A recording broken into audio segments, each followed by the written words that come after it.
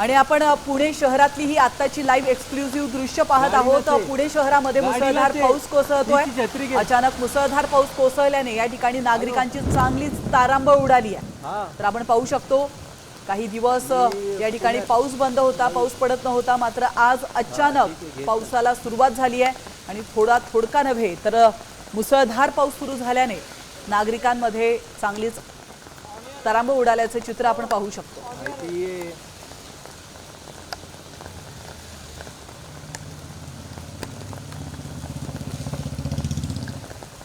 तर आपण पाहू शकतो पुण्यामधली ही दृश्य आहेत। त्या ठिकाणी मुसळधार पाऊस कोसळतोय, त्यामुळे अचानक आलेल्या पावसामुळे नागरिकांची तारांबळ उडालेली आहे। तर वाहन चालकांचे देखील काही प्रमाणात हाल होत आहेत। पाऊस नेमका आता कधी बंद होणार असा प्रश्न प्रत्येक जण विचारतोय।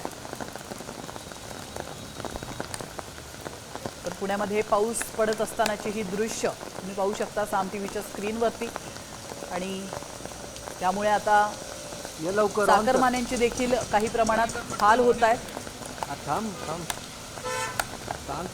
पुण्यामध्ये मुसळधार पावसाला सुरुवात झालेली आहे आणि या पावसामुळे नागरिक असतील, वाहन चालक असतील, गेल्या 7 दिवसांपासून विश्रांती असलेल्या पावसाची आज पुण्यात दमदार हजेरी लावल्याचं आपल्याला पाहायला मिळतंय। मी सध्या पुण्यातल्या नवी पेठ भागात आहे आणि आपण जर पाहिलं तर दुपारी अचानक आलेल्या पावसामुळे पुणेकरांची दाणादाण उडाली आहे।